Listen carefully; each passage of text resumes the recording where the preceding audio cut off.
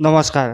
আজি আমি আহিছোঁ আমাৰ মাজত আজি গৌৰৱ কৰি অনা HSLC পৰীক্ষাৰ যিজন এজন ব্যক্তি মানে ল'ৰা যিজনে আমাৰ মাজত গৌৰৱ কৰি আনিছে তেওঁক আজি আমি এটা সাক্ষাৎকাৰ ল'ম আৰু তেওঁ আমাৰ মাজত বহুত মানে গৌৰৱ কৰি আনিছে। আমি কি ক'ম, আহক আমি আপোনালোকক তেওঁৰ ওচৰলৈ যাওঁ। যিজন ল'ৰা আমাৰ গাঁৱত মানে অল অসম ভিত্তিত প্ৰথম স্থান কৰি আহিছে, আহক।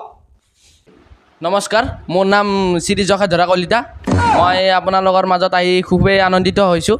হয়, এই চেগতে আমি এখন ফুলাম গামোচাৰে সম্বৰ্ধনা ওলাবলৈ ওলাইছোঁ যশোধৰ কলিতাক আৰু সম্বৰ্ধনা জনাব আমাৰ মাজত উপস্থিত থকা 3 ইঞ্চিৰ বাটামে।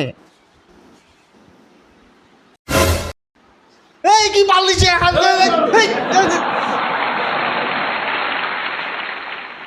ক্ষমা কৰিব আপোনাক, আমি গামোচা জেগাত লুংকি আহি গ'ল। ভিতৰ গাঁৱৰ ল'ৰা না, আকৌ বুজি নাপায় তথা আপুনি বেয়া চেয়া নাপাব আৰু। হ'ব দাদা, একো নাই, হৈ যায় আৰু।